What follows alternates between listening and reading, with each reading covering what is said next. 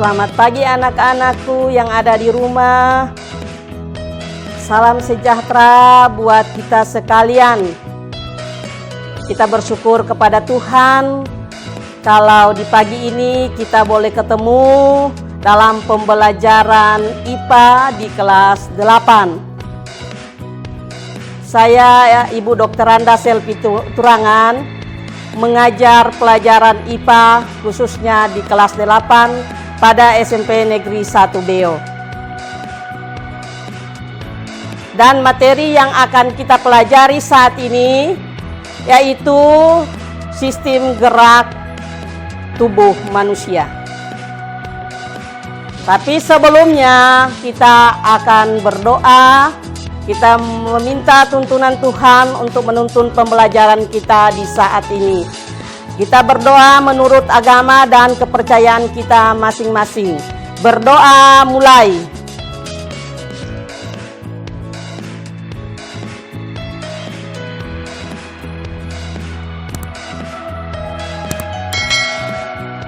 Berdoa selesai. Kita akan masuk pada pembelajaran sistem gerak pada tubuh manusia. Sistem gerak pada tubuh manusia ini itu terdiri dari dua, yaitu tulang dan otot. Jadi tulang disebut sebagai alat gerak pasif, sedangkan otot disebut dengan alat gerak aktif. Adik-adikku yang ada di rumah, adik-adik tahu itu layang-layang. Layang-layang itu terdiri dari rangka dan terdiri dari kertas untuk membentuk sebuah layang-layang. Jadi layang-layang ini kalau dia hanya rangkanya, dia tidak bisa terbang tinggi. Sehingga rangka ini disebut alat gerak pasif karena dia tidak bisa bergerak kalau tanpa kertasnya. Karena kertas ini diibaratkan sebagai otot. Karena otot dia disebut sebagai alat gerak aktif. Rangka manusia ini dia berfungsi untuk memberikan bentuk pada tubuh dan menopang tubuh. Jadi ini rangka. Kalau tadi Ibu memberikan ilustrasi tentang layang-layang, layang-layang itu kalau dia dibentuk layang-layang apa saja bentuknya itu dibuat dulu dari rangkanya. Apakah itu layang-layang yang berbentuk ikan maupun layang-layang yang berbentuk segi empat. Itu dibentuk semuanya dari rangkanya. Begitu juga manusia. Manusia itu dibentuk dari rangka. Ada yang orangnya tinggi, ada orangnya yang pendek. Ya, itu semua dibentuk dari rangka. Karena yang memberikan bentuk tubuh ini adalah rangka. Jadi fungsi pertama, rangka adalah memberi bentuk tubuh dan menopang tubuh. Fungsi yang kedua, ini tempat menempelnya otot yang merupakan alat gerak aktif sehingga dapat menggerakkan tulang. Jadi di sini otot dia melekat pada rangka agar tulang tersebut dia bisa bergerak. Kalau tanpa otot dia tidak bisa bergerak.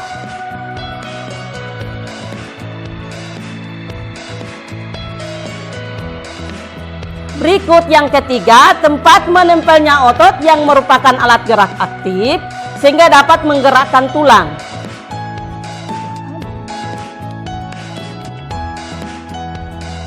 Yang keempat, pada jenis tulang tertentu seperti tulang paha atau femur, tulang juga berfungsi sebagai tempat pembentukan sel darah Sel darah dibentuk di bagian sumsum tulang, yaitu jaringan lunak yang terdapat di bagian tengah tulang. Jadi kalau orang mau makan ikan ayam, biasanya ada di pahanya itu, orang di paha itu dibelah, itu di dalamnya ada sumsum. Disitulah tempat pembentukan sel darah merah. Itu pada tulang paha.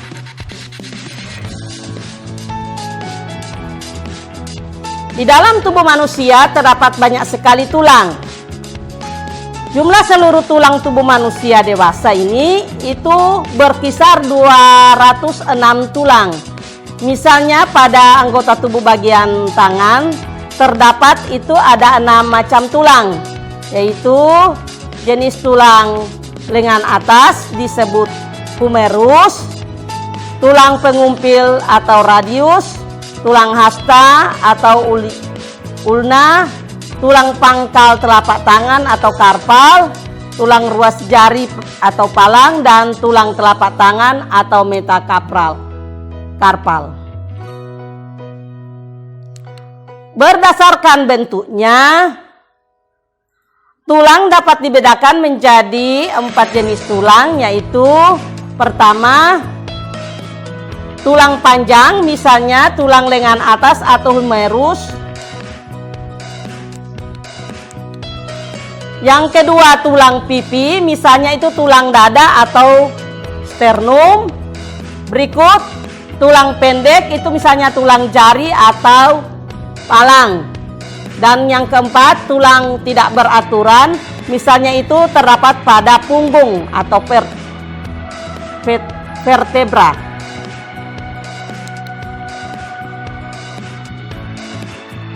Tulang yang ada di tubuh kita ini merupakan suatu benda yang keras. Meskipun demikian, tulang bukan suatu benda yang memiliki ukuran yang tetap. Beberapa bulan sebelum kamu dilahirkan, tulang tersusun dari kartilago atau tulang rawan.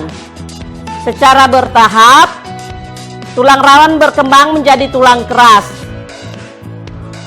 Proses pengubahan tulang rawan menjadi tulang keras disebut dengan penulangan atau osifikasi. Jadi selain mengalami osifikasi, tulang juga mengalami fusi atau penggabungan. Jadi waktu kita masih dalam kandungan, itu jumlah tulang yang ada pada manusia itu semuanya ada 270 buah tulang. Setelah dia mengalami perkembangan, tulang itu dia bergabung dan jumlah tulang pada manusia itu hanya menjadi 206 buah tulang. Di dalam alat gerak ini juga ada sendi. Jadi sendi adalah tempat pertemuan antara dua tulang atau lebih. Jadi ini sendi itu adalah tempat pertemuan antara tulang, dua buah tulang atau lebih. Sendi ini dapat dikelompokkan berdasarkan banyak sedikitnya gerakan. Jadi yang pertama, sendi yang tidak dapat digerakkan disebut sinartrosis, atau misalnya sendi yang terdapat pada tulang tengkorak di kepala. Yang kedua, sendi yang dapat digerakkan namun terbatas disebut ankiartrosis. Misalnya sendi antara ruas tulang belakang. Dan yang ketiga, sendi yang terdapat pada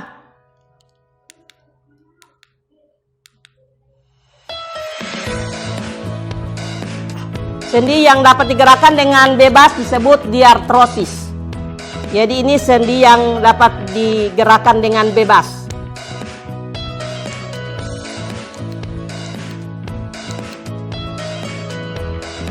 Sendi-sendi yang bisa digerakkan dengan bebas ini pertama adalah sendi peluru. Sendi peluru itu sendi antar tulang dengan tulang lengan atas dan tulang belikat, tulang punggung, pinggul dan tulang paha. Itu sendi peluru. Berikut sendi engsel. Sendi engsel ini sendi yang mempunyai gerakan satu arah, ada ke depan dan ada ke belakang.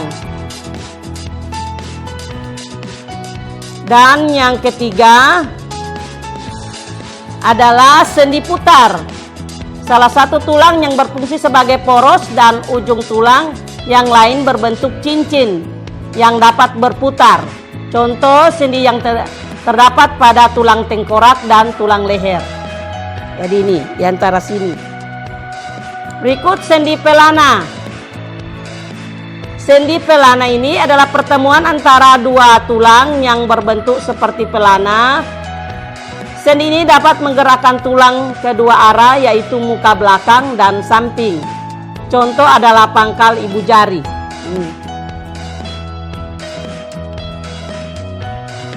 Yang sendi geser. Sendi geser ini adalah menghubungkan antara dua tulang yang memiliki permukaan yang datar. Sendi geser ini berada pada tulang-tulang pergelangan tangan, pergelangan kaki dan di antara tulang belakang. Jadi itu menyangkut sendi. Sekarang otot.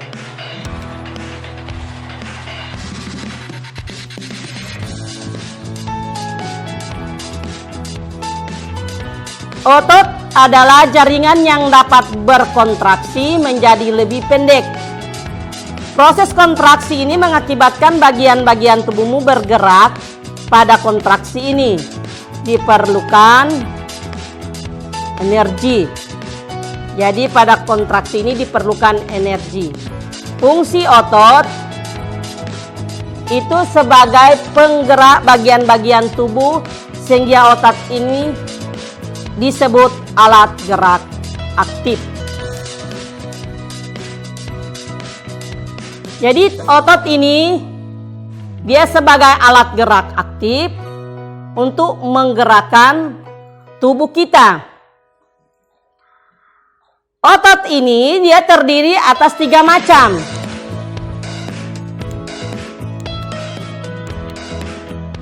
Dia adalah otot polos pertama, otot lurik pertama, kedua otot polos, dan ketiga otot jantung. Jadi ketiga otot ini itu otot lurik itu ada melekat pada rangka. Jadi untuk menggerakkan rangka kita itu ada otot yang melekat.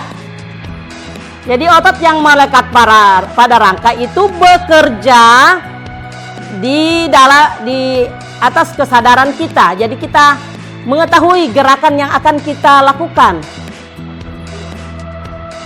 Berikut yang kedua, otot polos. Jadi otot polos ini adalah sebagai otot yang bekerja di luar kesadaran. Otot tersebut itu terdapat pada sistem pencernaan, pada rahim, kantung empedu, dan pembuluh darah. Yang ketiga adalah otot jantung. Otot tersebut itu terletak pada jantung. Jadi otot tersebut ini terjadi di luar kesadaran kita. Jadi otot yang bekerja di luar kesadaran. Jadi yang otot bekerja di bawah kesadaran kita itu disebut otot rangka. Karena otot rangka ketika kita bergerak, kita mengetahui apa yang kita lakukan. Sedangkan otot polos dan otot jantung itu bekerja di luar kesadaran kita. Jadi jantung berkontraksi, pencernaan rahim berkontraksi, bekerja, itu orang tidak tahu.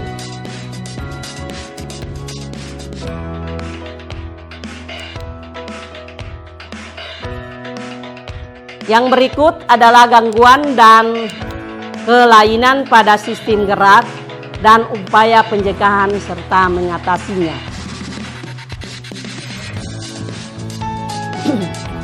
Pertama, rickettsia.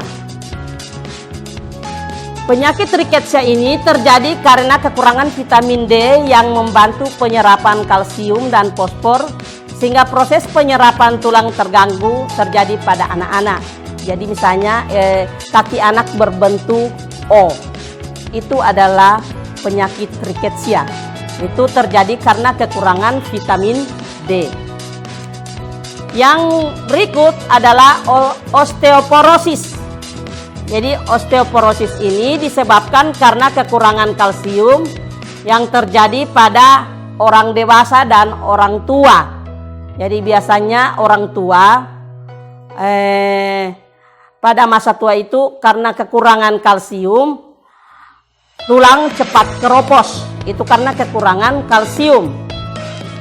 Yang berikut adalah artritis. Artritis ini adalah penyakit sendi. Itu penderita penyakit ini mempunyai tulang rawan sendi yang rusak.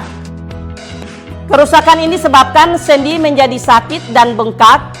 Kadang-kadang tidak dapat digerakkan. Jadi itu tangan serta bengkok-bengkok dengan kaki.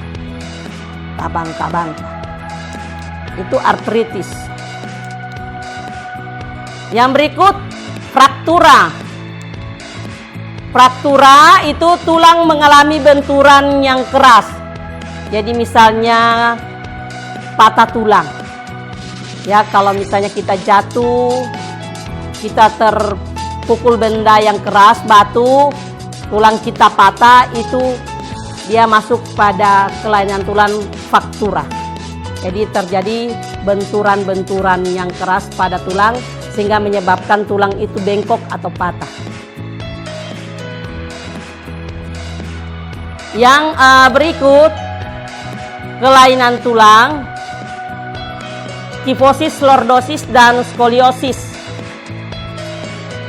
Jadi kifosis ini merupakan kelainan dengan melengkung tulang belakang yang berlebihan di bagian dada. Jadi ini terlihat dia membungkuk. Jadi ini biasanya terjadi pada orang yang menderita penyakit tuberkulosis atau TBC. Jadi badannya membungkuk mulai dari dada. Jadi pada bagian punggung di belakang itu tulangnya membengkok. Jadi melengkung ke belakang, melengkung, itu disebut kifosis. Dan juga kebiasaan duduk yang salah. Jadi biasanya orang mau duduk atau anak-anak biasanya mau batu di sota lalu meruku. Jadi kebiasaan yang salah itu akan mengakibatkan penyakit yang disebut kelainan pada tulang, yaitu kifosis. Jadi membengkoknya tulang belakang dari bagian dada. Yang berikut adalah lordosis. Lordosis ini merupakan kelainan dengan melengkungnya tulang belakang yang berlebihan ke arah depan di bagian pinggang. Jadi ini biasanya ini terjadi pada orang yang gemuk dan orang yang hamil. Jadi perutnya terlalu menonjol ke depan. Jadi tulang belakang dia melengkung ke depan. Itu lordosis. Berikut, kelainan tulang skoliosis.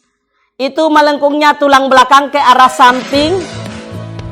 Itu disebabkan karena polio dan kebiasaan duduk yang salah. Jadi biasanya badan jadi bengkok kiri, bengkok kanan.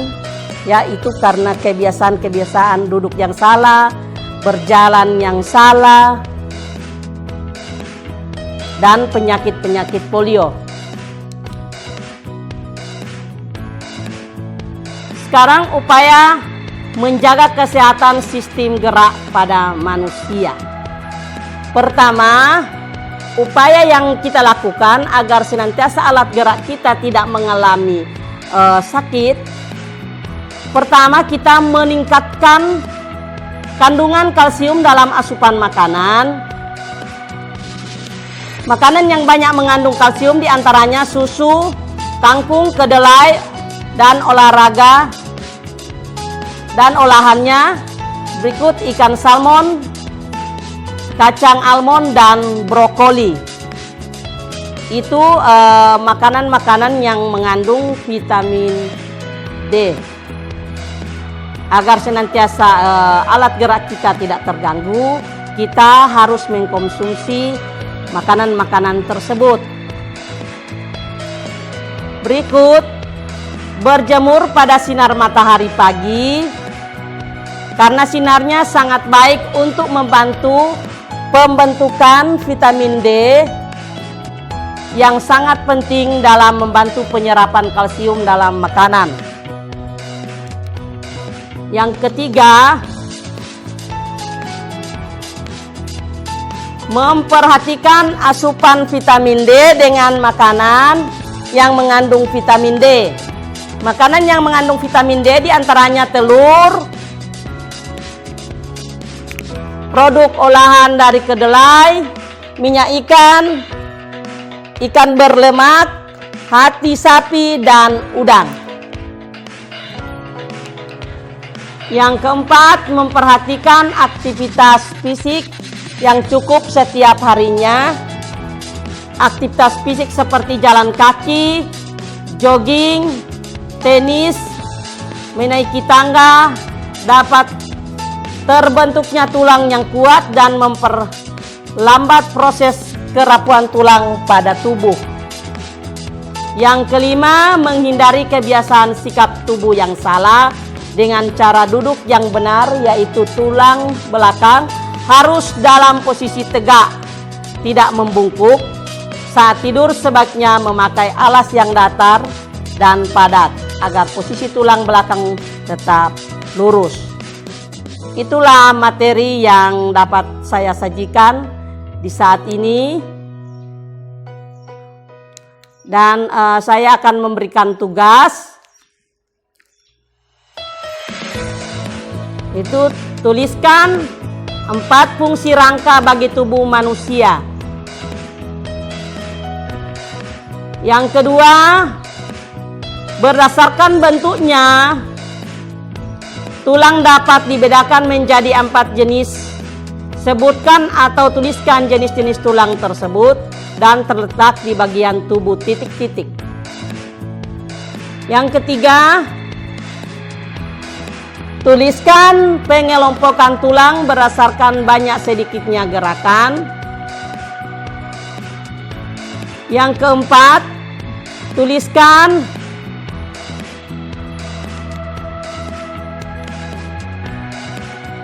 lima macam sendi yang dapat digerakkan dengan bebas.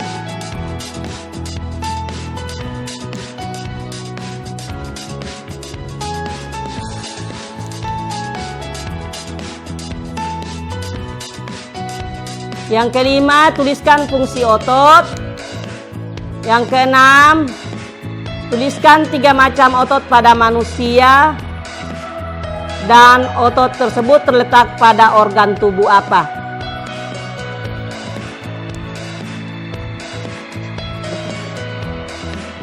Yang ketujuh, tuliskan kelainan pada sistem gerak pada manusia. Yang kedelapan, tuliskan upaya-upaya menjaga kesehatan sistem gerak pada manusia. Itulah materi yang saya bisa sajikan di saat ini. Dan terima kasih atas perhatian anak-anakku sekalian. Dan sebelum kita menutup kegiatan kita, kita akan berdoa secara bersama-sama. Dan kita berdoa menurut agama dan kepercayaan kita masing-masing. Berdoa mulai.